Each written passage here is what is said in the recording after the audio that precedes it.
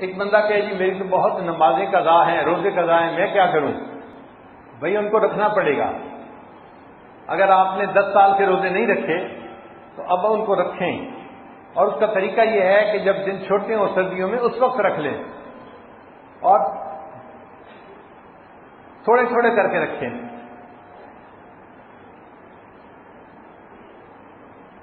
نمازیں اگر 10 سال کی ہیں تو روزانہ 5 نمازیں پڑھنے کی عادت ڈال لیں۔ ہر نماز کے ساتھ 5 نمازوں کے فرض جو ہے ان کی قضاء پڑھ لیں۔ جس کے ذمہ قضاء نمازیں ہوں وہ نفل اور سنت غیر مقضہ نہ پڑھے، بلکہ نفلوں کی بجائے قضاء نماز کے فرض پڑھ لے، اس کو ثواب زیادہ ملے گا۔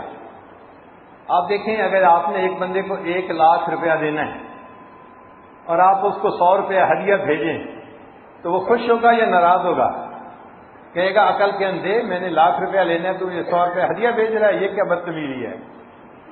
تو جو بندے کے ذمہ قضاء نمازیں ہیں وہ نفل نہ پڑھے، حتیٰ کہ اشراق کے وقت میں بھی توبہ کی نیت کر کے جو فرض نمازیں قضاء ہیں ان کی نیت کرے۔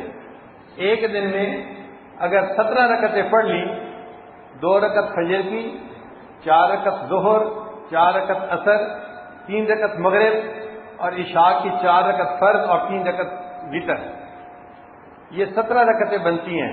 جس بندے نے روزانہ 17 رکعتیں پڑھ لی اس نے ایک دن میں 5 نمازوں کی قضاء کر لی۔ ہم نے بعض لوگوں کو دیکھا ہے انہوں نے اس طرح 20 سال میں 20 سالوں کی نمازوں کو قضاء کر لیا۔ تو آپ ہمت کریں، یہ نمازیں تھوڑی تھوڑی کر کے قضاء ہو جاتی ہیں۔ اور ویسے بھی ہم نے دیکھا ہے کہ اگر کسی بندے نے 1 لاکھ روپیہ قرض دینا ہو اور وہ منتھلی 1000 اس کی قسط دینا شروع کر دے تو قرض لینے والا مطمئن ہو جاتا ہے، چلو اس نے قسطیں دینی تو شروع کر دی ہیں، ہو جائے گا پورا۔ اسی طرح اللہ تعالیٰ بھی خوش ہو جاتے ہیں کہ میرے بندے نے قضاء نمازیں پڑھنی تو شروع کر دی ہیں۔